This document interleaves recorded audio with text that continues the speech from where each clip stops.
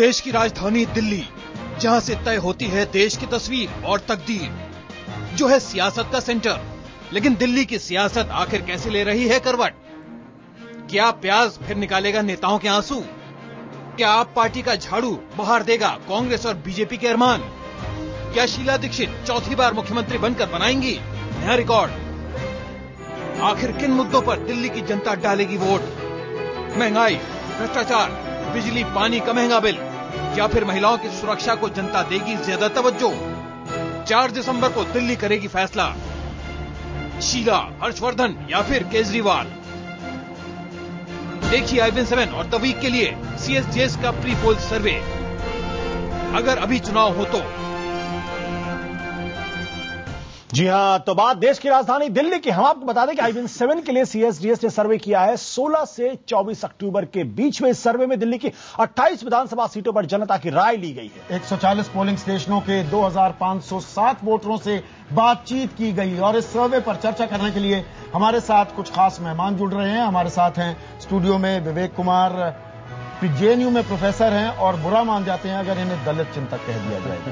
हमारे साथ संजय कुमार हैं, CSDS के फेलो हैं, इन्होंने हमारे लिए सर्वे किया है। हमारे साथ राकेश सिन्हा जी हैं, संघ के जानकार हैं, संघ को बहुत क्लोजली फॉलो करते हैं और न्यू इंडियन एक्सप्रेस के एडिटोरियल डायरेक्टर प्रभु चावला हमारे साथ दिल्ली से जुड़ चुके हैं। और सबसे पहले संजय, अगर आप बताइए मेथोडोलॉजी क्या थी, क्या खास बातों पर आप तवज्जो दे रहे थे जब दिल्ली की जनता से बात कर रहे थे? जैसा आपने बताया, ये सर्वे हमने 16 अक्टूबर से 22 अक्टूबर के बीच में किया। 28 विधानसभा क्षेत्रों का हमने चुनाव किया और ये विधानसभा के जो क्षेत्र हमने चुने, विधानसभा रैंडमली चुना। हर विधानसभा क्षेत्र के अंदर में 5 पोलिंग स्टेशन हमने चुना, वो भी रैंडम। इसमें हमारी या किसी की अपनी कोई प्रेफरेंस नहीं है, हमने बिल्कुल रैंडमली चुना। हर पोलिंग स्टेशन पे रैंडमली वोटर लिस्ट के द्वारा, वोटर लिस्ट से हमने 30 से 35 वोटरों का चुनाव किया और उन वोटरों के पास जाकर के इंटरव्यू किया। कहीं पे आपको 12 वोटर मिले, कहीं 16, 18 और कुल मिला के हमने 2507 लोगों से हम साक्षात कर पाए, जिसके आधार पे ये नतीजे जो हैं, जो हम अपने दर्शकों को दिखाने जा रहे हैं। जी बिल्कुल संजय जी, लेकिन अब हम अपने आंकड़ों का पिटारा खोलते हैं और देखते हैं कि CSDS ने जो सर्वे किया है उस सर्वे की झलक क्या है।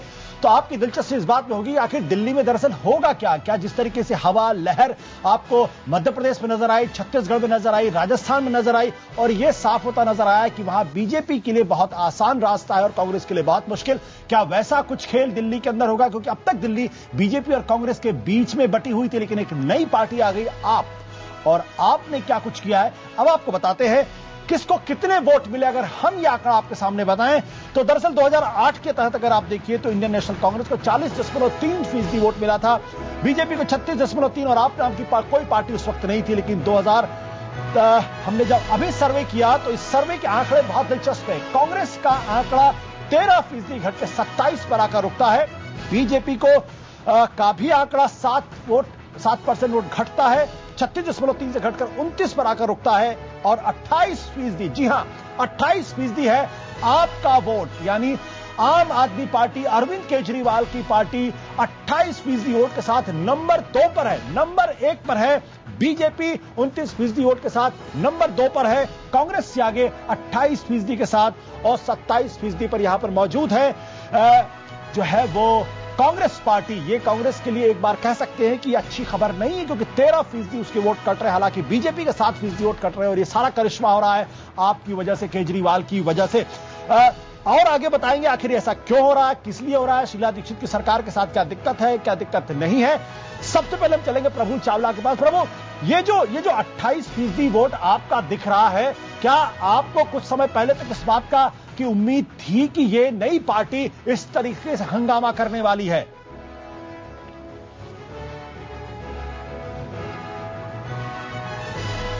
प्रभु, आपको मेरी आवाज आ रही है? हाँ, अब आ रही है। मेरा सवाल यह कि क्या आपको उम्मीद थी कि अरविंद केजरीवाल की पार्टी इतना बड़ा डेंट मारने वाली है? क्योंकि दिल्ली के अंदर लोग परिवर्तन की भाषा बोल रहे हैं, तो उनको लगता है कि नया व्यक्ति है जिसकी छवि अच्छी है, जिन्होंने फील्ड में पिछले 2 साल से काम कर रहे हैं, सोशल एक्टिविस्ट रहे हैं, तो उनकी रिकॉल वैल्यू उस ब्रांड की ज्यादा है। तो मेरे को लगता है कि जो अर्बन सिटी है, जहां पर छोटा सा सिटी है, उसके अंदर एकदम रिकॉल वाली हो जाती है कि छोटा सा शहर है, 84 स्क्वायर किलोमीटर के अंदर फैला हुआ है, यहाँ के 1.5 करोड़ के लगभग पॉपुलेशन अभी हो गई है, तो वहां पर सारे दिन में आप सारी दिल्ली घूम सकते हैं। तो इसलिए मेरे को कोई निराशा नहीं है इसके अंदर। बिल्कुल लगता है कि उनका नाम था और उसमें वोट में कन्वर्ट होगा कि नहीं होगा, परंतु recall value Arvind Kejriwal brand की ज्यादा है, जिसके ऊपर मेरे कोई भी सरप्राइज एलिमेंट नहीं। आप रिकॉल वैल्यू की बात कर रहे हैं, आपने साथ ही साथ कहा प्रभु की वोटों में तब्दील होता है कि नहीं। ये लगातार एक कयास लगाए जा रहे थे, ये आशंका थी कि भाई आपके लिए लोग उनकी तरफ आकर्षित हो सकते हैं लेकिन उनके वोटर नहीं बनेंगे। लेकिन अब ये लगातार जो सर्वेज आ रहे हैं उससे क्या आपको लगता है कि दरअसल अब वो क्लियर एंड प्रेजेंट डेंजर बन गई है ये पार्टी, बीजेपी के लिए भी और कांग्रेस के लिए भी? देखो, मैं एक बात बताऊं संदीप आपको, बीएसपी फैक्टर आप इग्नोर करते चले जा रहे हैं। मेरे को पता नहीं बीएसपी खबर के दिखाएंगे कि नहीं दिखाएंगे, कितने वोट पड़ेंगे। 7% उनको 2008 के अंदर 14% वोट पड़ी थी। 14% वोट पड़ने के बाद केवल 2 सीटें मिली थी। आप भूल मत जाइए, जब इतने सारे लोग पार्टी के लोग होते हैं तो उसके अंदर वोटों का बंटवारा इस तरह से होता है कि कभी कहीं कंस्टिट्यूंसी में वोट और हार जीत के डिफरेंस जो 1,500 का होता है। जब 14% वोट लेकर के 2 सीटें मिली हैं, तो अगर आप 20 भी ले जाएंगे और बाकियों को भी 22 मिल जाएंगे तो जिसके 22-23 होंगे वो जीत जाएगा। जब ट्रायंगुलर कंटेस्ट होगा, बीएसपी का मेरे को पता नहीं कितने वोट निकाले हैं आपने, मेरे को अभी 7% का नुकसान के साथ 7%। 7% उनके वोट कम हुए हैं, 14 से 7% आ गए। मतलब जो भी केजरीवाल को वोट मिले, हर पार्टी की कट करके वोट उनके पास आ रहे हैं। मैंने वोटों को सुना नहीं है, क्योंकि बीजेपी के पास भी पिछली बार जब 36% वोट मिले थे और केवल 23 सीटें मिली थी जी। तो अब 36% पे 23 सीटें मिलती हैं, तो आप 22% या 28% पे अगर आप 3 सीटें दे रहे हैं, मेरे को कुछ लगता है कि इस ओपिनियन पोल में दिल्ली के बारे में कुछ मेरे को अटपटा लगता है कि दिल्ली की जनता जो पढ़ी लिखी है उसके ऊपर क्वेश्चन मार्क उठ रहा है कि बाकी प्रदेशों के लोग तो क्लियर मैंडेट दे रहे हैं, दिल्ली के पढ़े लिखे लोग फ्रैक्चर्ड मैंडेट दे रहे हैं। ये मानने के लिए मैं तैयार नहीं हूं। आप वो मानने के लिए संजय जी आप इसका जवाब देंगे कि फ्रैक्चर्ड मैंडेट दिल्ली के लोग दे रहे हैं, ये प्रभु जी मानने के तैयार नहीं। और इसमें साथ में एक और चीज का अगर आप जवाब दे दें, एक क्रिटिकल मास भी होता है कि इतने प्रतिशत वोट ले जाओ तो आप फिर एक पोटेंट फोर्स बन जाते हैं। वो क्रिटिकल लेवल दिल्ली में खास कितने % का वोट बैंक होगा? देखिए, पहली बात है कि पढ़े लिखे लोग दिल्ली का के एक डिसिसिव मैंडेट नहीं दे रहे हैं और इसमें आश्चर्य की कोई बात नहीं है। ऐसा मानना कि पढ़े लिखे लोग होंगे और वो डिसिसिव मैंडेट देंगे, ऐसा मुझे लगता है कि इस बात का कोई आधार नहीं है जी। और डिसिसिव मैंडेट यहां 3 पार्टियां हैं, एक नई पार्टी उभर के आई है और लोग बटे हुए दिखाई पड़ रहे हैं तीनों पार्टियों के बीच में। तो मुझे कोई आश्चर्य नहीं है। ये बात जरूर है कि तीनों पार्टियों के बीच में बहुत कांटे का टक्कर है, 29, 28, 27। और इसमें कौन सी पार्टी, अभी चुनाव में करीब 40 दिन बाकी है, कौन सी पार्टी किसको पीछे छोड़ देगी, क्योंकि प्रचार होना बाकी है, कैंडिडेट्स अभी संजय जी बीजेपी। और पिछली बार जब हमने दिल्ली का सर्वे किया था तब 20% वोट आपको मिले, 20-21 जब हमने पिछली बार सर्वे किया था सीएसडी से 21% वोट मिले थे। जब जुलाई में हमने सर्वे किया था उस समय दिल्ली में जो हमारा सैंपल था इतना बड़ा सैंपल नहीं था, जो हमने अलग से नहीं दिखाया, लेकिन अगर अनुमान लगाया जाए उस समय 10 से 12% वोट दिखाई पड़ रहे थे आम आदमी पार्टी को, जो अब बढ़ करके 28% के पास चला गया। निश्चित रूप से आम आदमी पार्टी दिन प्रतिदिन अच्छा करते जा रही है और उनका जनाधार बढ़ा है जी। राकेश जी आप क्या कर रहे हैं फिर इसमें? आपने आपका वोट बैंक जो आपके पास वोट जानी चाहिए थी, क्या आप में जा रही है? ऐसे ये सवाल तो बीजेपी से पूछना चाहिए। लेकिन मैं जो यह कहना चाह रहा हूं कि एक बड़ा कोइंसिडेंस है। ये सर्वे 24 तारीख को समाप्त हुआ और 23 तारीख को हर्षवर्धन को दिल्ली का चीफ मिनिस्टर का उम्मीदवार घोषित किया गया जी। आपने एक चीज देखा होगा कि हर्षवर्धन को उम्मीदवार घोषित करने से पहले जो भारतीय जनता पार्टी के बारे में एक धारणा बनती जा रही थी, जो एक मीडिया में भी जो एक दुष्प्रचार हो रहा था, वो रुक गया और पार्टी एक मैंडेट के साथ चुनाव लड़ रही है, चीफ मिनिस्टर के उम्मीदवार के साथ चुनाव लड़ रही है। इसका फर्क पड़ता है यदि ये 24 तारीख के बाद ही सर्वे आते बहुत देर नहीं, अगर ये सर्वे करते बहुत देर कर दी, यह 24 तारीख के बाद यदि सर्वे होता तो संभवतः 3 से 4% का फर्क पड़ता भारतीय जनता पार्टी के लिए। दूसरी बात मैं कहना चाहता हूं, देखिए दिल्ली में जो चुनाव होगा उसमें युवाओं का बहुत बड़ा महत्वपूर्ण योगदान होगा और दिल्ली विश्वविद्यालय छात्र संघ के चुनाव में मैं इसलिए कहता हूं कि पिछले चुनावों में जो ट्रेंड रहा है इस बार बदला, इसलिए कि इसमें राष्ट्रीय राजनीति का साफ असर पड़ा है। इसमें वोटर ने बताया, चुनाव जीतने वालों ने बताया। आप जो बात कह रहे हैं कि युवाओं का बड़ा असर है, वो आंकड़े भी बड़े दिलचस्प, जब आपको बताएंगे तो आप भी उसको चौंकेंगे उन आंकड़ों को देखकर। सवाल इस बात को लेकर विवेक जी, सवाल यह है कि भाई जहां मध्य प्रदेश, छत्तीसगढ़ और राजस्थान के अंतर्गत बीजेपी को क्लियर मैंडेट मिल रहा है, लेकिन यहां दिल्ली के वोटर के पास बीजेपी के अलावा एक और विकल्प उपस्थित है, और वो ये साबित करता है कि जो एंटी इनकम्बेंसी वेव है, एंटी इनकम्बेंसी जो वोट है, उसमें आपको क्लियर कट विकल्प के तौर पर रखा गया है। बीजेपी को जिस तरीके से फायदा मिले जो नहीं मिला, ऐसा क्यों?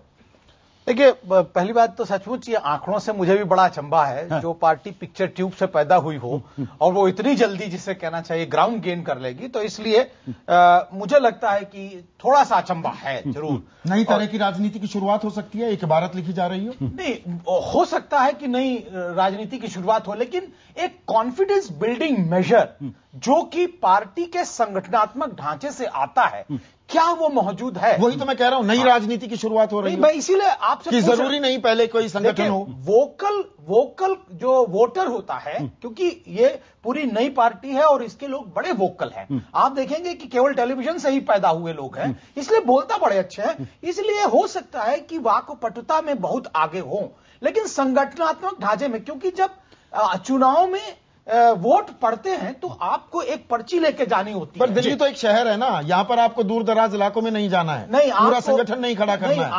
आपको ये बताना पड़ेगा कि आपका वोट जो है किस बूथ नंबर पर है, और वो संगठनात्मक ढांचा ले जाता है। आप जो बात प्रभु कह रहे हैं लगभग वही बात आप कह रहे हैं। प्रभु भी कह रहे हैं कि हो सकता है इनको लेकर सिंपैथी हो, लेकिन संगठन चूंकि उतना मजबूत नहीं बाकी दोनों राष्ट्रीय पार्टियों के मद्देनजर, तो इसलिए एक संदेह पैदा। संजय जी, क्या ये बात रिफ्लेक्ट करती है? ये हमारा सर्वे भी दिखलाता है कि हमने पूछा एक सवाल सर्वे में कि क्या आपने अभी जो जिस पार्टी के बारे में अपनी पसंद बताई है, चुनाव के दिन भी क्या आप उसी पार्टी को वोट देंगे?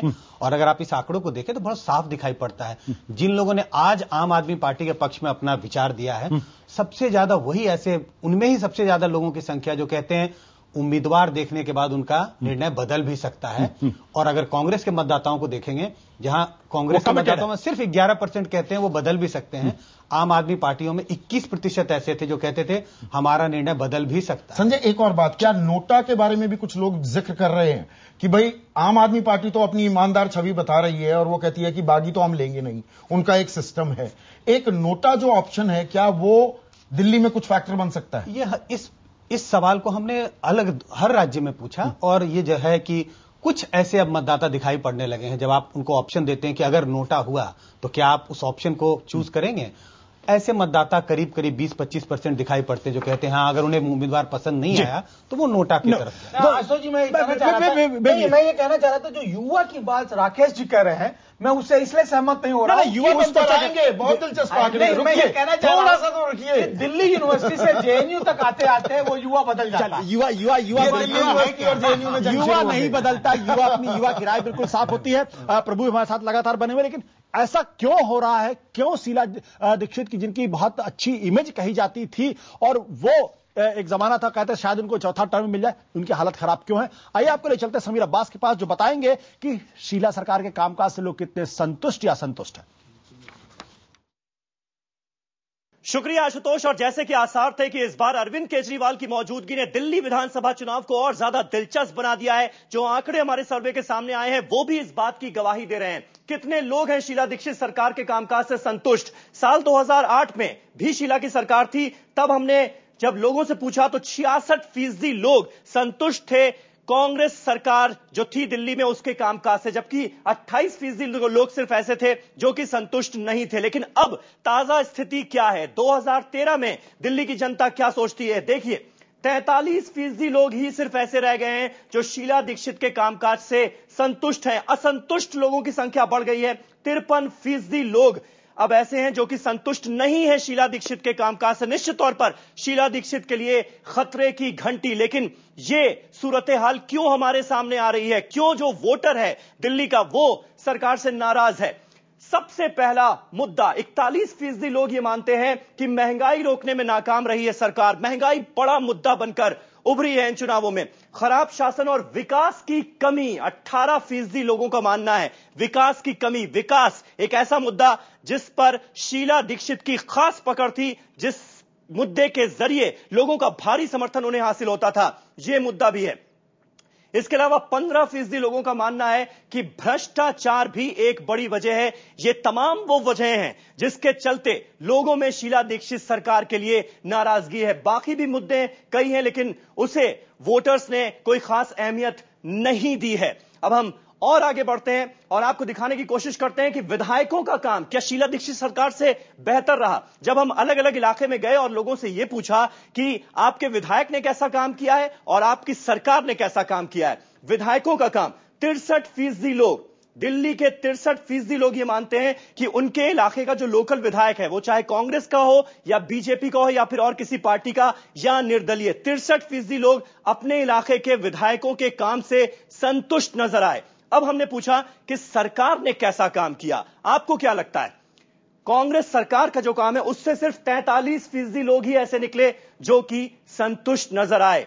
यानी कहीं ना कहीं कांग्रेस सरकार से जो लोगों की अपेक्षाएं थीं वो पूरी नहीं हो पाई हैं, जिसके चलते लोगों में नाराजगी है। यह है ताजा सूरत हाल। एक बार फिर आपको लिए चलते हैं हमारे मेन स्टूडियो संदीप और आशुतोष के पास। बिल्कुल, शुक्रिया समीर। प्रभु, आपने जो पूरे आंकड़े देखे, इस पे एक बात तो बिल्कुल स्पष्ट है कि कम से कम शीला दीक्षित की सरकार की लोकप्रियता बढ़ी है। सिर्फ 43% लोग उनके काम से संतुष्ट और 53% लोग उनके काम से संतुष्ट नहीं है। और सबसे बड़ी चीज उनके खिलाफ गई है वो है महंगाई। लोग एमएलए के काम से भी खुश हैं लेकिन सरकार के काम से खुश नहीं है। यानी महंगाई ने सरकार का कामकाज बिगाड़ दिया है। क्या आपको लगता है दरअसल जो सेंट्रल गवर्नमेंट के लेवल में जो महंगाई थी, जो प्याज वाज की तमाम चीजें बात की गई, उसका खमियाजा शीला दीक्षित को भुगतना पड़ रहा है? प्रभु, मैं आपसे पूछ रहा हूं। राकेश जी, देखिए, मुझे लगता है कि दिल्ली में को दिनकर ने रेशमी नगर कहा था और इस रेशमी नगर में जो शीला दीक्षित ने चमक दमक पैदा किया है उसके नीचे 1 मिलियन ऐसे लोग हैं जो स्लम में रहते हैं। 10 लोग ये तीन बार 15 साल से सरकार जीती हैं। हाँ, लेकिन इस बार बता रहा हूं कि इस बार 2 फैक्टर बहुत इंपॉर्टेंट होगा दिल्ली के चुनाव में। एक तो केंद्र सरकार के खिलाफ जो एंटी एस्टेब्लिशमेंट फैक्टर है वो राजस्थान, मध्य प्रदेश, छत्तीसगढ़ से कहीं ज्यादा दिल्ली में लागू होगा। दिल्ली के लोग बहुत कॉन्शियस हैं और दिल्ली के लोग जो वोटिंग करते हैं वो केंद्र सरकार को देखकर इस बार वोटिंग करेंगे और ये इस वोटिंग में 25% योगदान केंद्र सरकार को। मेरा सवाल यह है कि 15 साल की सरकार के बावजूद भी वो कंटेस्ट में है, सिर्फ 1% का फर्क है। ऐसा नहीं कि वाइप आउट हो रही है, जो आपको डिफरेंस नजर आ रहा है। आप बहुत ठीक बोल रहे हैं। दिल्ली में द्विदलीय व्यवस्था रही है, अभी आई है। द्विदलीय व्यवस्था करने एकदम वोट बैंक दोनों का डिसाइडेड है। दोनों के पास 20% वोट, निश्चित वोट है जो एक अपनी पार्टी को देते हैं। इसलिए मैं कहा आपका जो हस्तक्षेप है, जैसे जयप्रकाश नारायण ने गैर दलीय व्यवस्था की बात की थी, दलविहीन सरकार की बात की थी, आप उसी तरह का एक फैक्टर बनकर रह जाएगा। आपका एक ही योगदान है जी, दोनों पार्टियों में अच्छे उम्मीदवार देने के लिए आप बाध्य कर देंगे और ये एक आपका योगदान है कि अच्छे लोगों आपका जिक्र किया है। संजय, मुझे थोड़ा सा अनामली एक दिख रही है, थोड़ा दर्शकों को एक्सप्लेन कीजिए। महंगाई सबसे बड़ा मुद्दा उभर कर आ रहा है 41%, खराब शासन यानी कि विकास की कमी 18%, लेकिन आप पार्टी जो कि 28% वोट लेती दिख रही है, वो पार्टी भ्रष्टाचार की बिना पर खड़ी हुई है कि भ्रष्टाचार को मिटा देंगे। भ्रष्टाचार सिर्फ 15% लोग प्राथमिकता दे रहे हैं उसे। संदीप जी, ये सवाल एक फॉलोअप सवाल था जब हमने पूछा कि आप सरकार के पूरे कामकाज से संतुष्ट हैं या असंतुष्ट।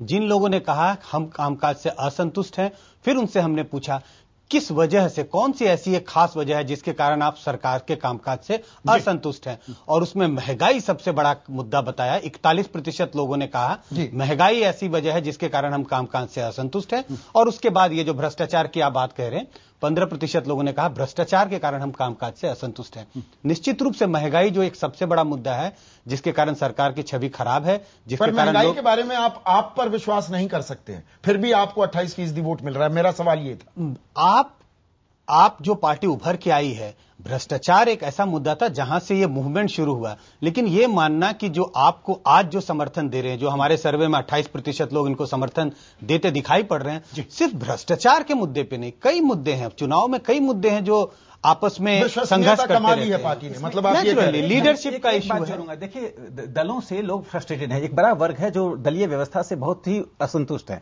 ये वर्ग वोकल भी होता है, जो विवेक जी कह रहे थे। और वोकल वर्ग दलों के प्रति नाराजगी दिखाने के लिए बार बार कहता है कि हम तीसरे को वोट देंगे, लेकिन यह फ्लोटिंग वोट है। यह अंतिम समय में उम्मीदवारों को देखकर अपना मत तय करेंगे। अंतिम समय में कुछ गड़बड़ हो सकता है। प्रभु से हमारा संपर्क एक बार फिर हो गया। प्रभु, ये जो नजर आ रहा है कि भाई अगर तमाम एंटी इनकम्बेंसी होने के बावजूद भी शीला दीक्षित यानी कांग्रेस पार्टी रेस में है, बहुत ज्यादा नुकसान नहीं हो रहा, और बीजेपी को जितना डेंट मारना चाहिए उतना डेंट नहीं कर पा रही है, जिस तरीके स्वाभाविक क्लेमेंट होनी चाहिए उस तरीके से नहीं। ऐसा क्यों?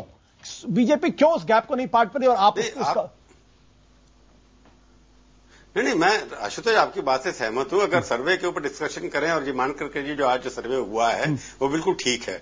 मैं कल भी कह रहा था कि सर्वे की जो रुझान है कई बार ठीक समझ आते हैं, परंतु मेरे को लगता है कि बीएसपी जो पिछले 3 चुनावों के अंदर अगर आप फिगर उठाकर देखें 1998 के अंदर 3% वोट थे, वो बढ़कर के 2003 के अंदर 5% 6% हो गए, 2000 में 14% हो गए, आप उसको कह रहे 7% हो जाएंगे। यानी कहीं ना कहीं बीएसपी का आंकलन, बीएसपी के कमिटेड वोट हैं और बढ़ते चले जा रहे हैं। वो करप्शन हो या नहीं हो उसके ऊपर विश्वास नहीं करते। मुझे लगता है इस ओपिनियन पोल के अंदर कोई फ्लॉ है, या तो बीजेपी को अंडर एस्टिमेट किया जाता है या आपको अंडर एस्टिमेट किया जाए कि उनको 40% वोट रहे, हम अभी भी कह रहे हैं 28% मिल रहे हैं। क्योंकि दिल्ली की जनता जो है डिसाइसिव वोट करती है। मैं ये मानने के लिए तैयार नहीं हूं कि बीजेपी अंडर प्ले कर रही है, कि बीजेपी के कॉर्पोरेशन के अंदर दोबारा मेजोरिटी इतनी अच्छी नहीं मिलती तीनों कॉर्पोरेशन के अंदर। प्रभु, अगर आप अभी 6 महीने पहले का इलेक्शन देखें, मैं इसके ऊपर विश्वास नहीं कर रहा कि 28% वोट है। मैं कहूंगा आपको मेजोरिटी मिल रही है, ये मान के लेके तैयार हूं, परंतु ये बीजेपी को वोट कम हो गए और कांग्रेस एक सवाल का जवाब दीजिए आप मुझे। लगता है प्रभु, मेरा एक सवाल जवाब दिए। कांग्रेस, यानी आप भी मान रहे कहीं ना कहीं कांग्रेस की हालत कमजोर है, लेकिन अगर आप दिल्ली शहर में जाएं तो आपको विकास नजर आता है। कांग्रेस की हालत कमजोर क्यों नजर आती है आपको? बिल्कुल आता है नहीं, क्योंकि भ्रष्टाचार की बात उठा रहे हैं। दिल्ली मिडिल क्लास है, यहां पर आंदोलन हुए हैं। अरविंद केजरीवाल भी भ्रष्टाचार के खिलाफ जो मूवमेंट हुआ है दिल्ली की जंतर मंतर के, उसके प्रोडक्ट हैं, वहीं से निकले हैं। वहां जंतर मंतर जो फैक्ट्री है लीडर बनाने की, वहां से निकले हुए हैं। इसलिए उनकी रिकॉल मैंने बार बार कह रहा हूं कि अरविंद केजरीवाल अगर डायरेक्ट इलेक्शन होता शायद चीफ मिनिस्टर का, तो बहुत बड़ी मात्रा में वो टक्कर दे सकते थे। आज जब डायरेक्ट इलेक्शन हो जाए कि चीफ मिनिस्टर चुनना है हमारे को, तो हो सकता है अरविंद केजरीवाल बीजेपी के हर्षवर्धन को पीछे कर दें।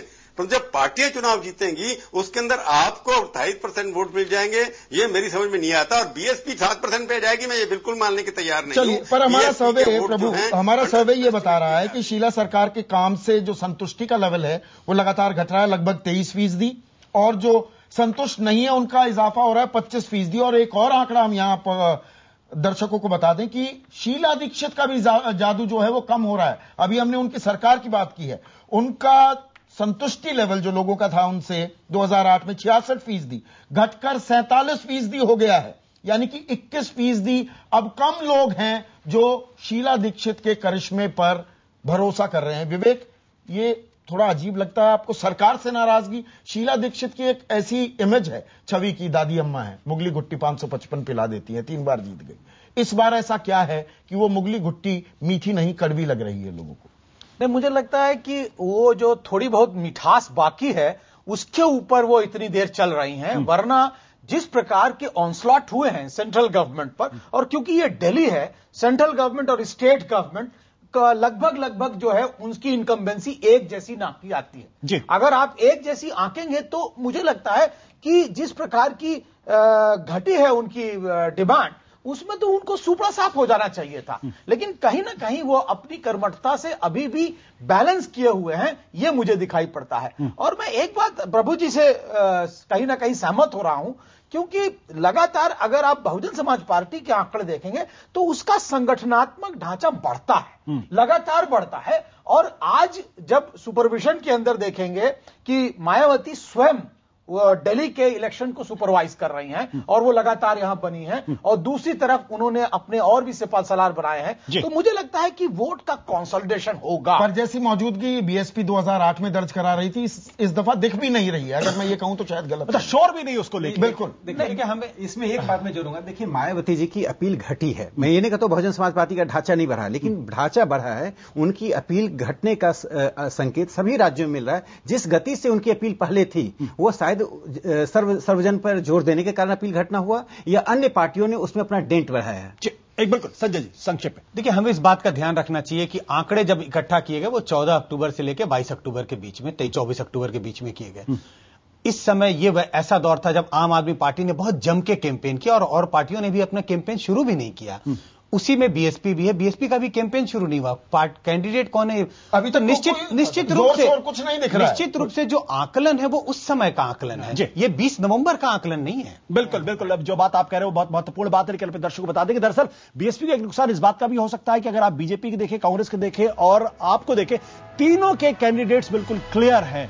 कम से कम हर्षवर्धन के पहले विजय गोयल का नाम बिल्कुल स्पष्ट तौर पर सामने था, यानी एक पर्सनालिटी सामने थी। क्या यह महत्वपूर्ण बात है, या यह महत्वपूर्ण बात है कि आपको लेकर जो युवाओं में एक तरीके से एक करिश्मा दिखाई पड़ा था अन्ना के आंदोलन का, क्या वो अब जादू इस वक्त काम करता नजर आ रहा है? कितना उनका आकर्षण होगा, बताएंगे आपको छोटे से ब्रेक के बाद।